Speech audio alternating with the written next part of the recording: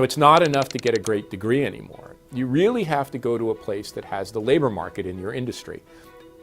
And that isn't many places. If you want to do finance, you're going to New York, you're going to London, you're going to Hong Kong, maybe you can go to Toronto.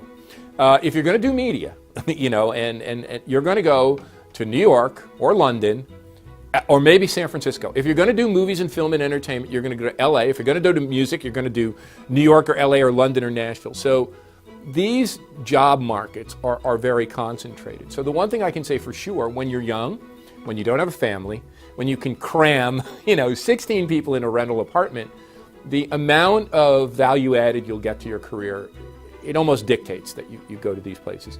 I think the question then becomes, we make several big moves in our lives. I wrote about this in a book called Who's Your City? The first move is that move after college where we position ourselves in a labor market.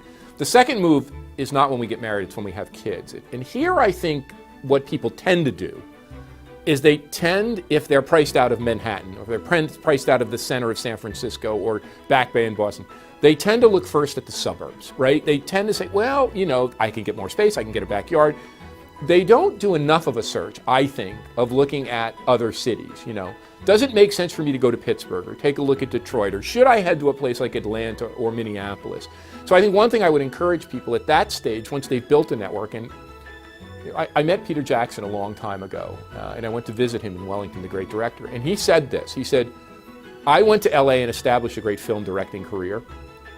I couldn't start off in Wellington, New Zealand, but once I had developed that network, then I could move back to Wellington, which I love, I'm from, but I could also create at a much lower cost a studio complex where I could attract global talent, because Peter Jackson, I'm making cool movies. I can have a facility and I can attract people. So I think at that stage, people need to be a little bit, I would encourage people to be a little bit more all-encompassing and a little bit more strategic about their choice of where to live when they get a little bit older and more established.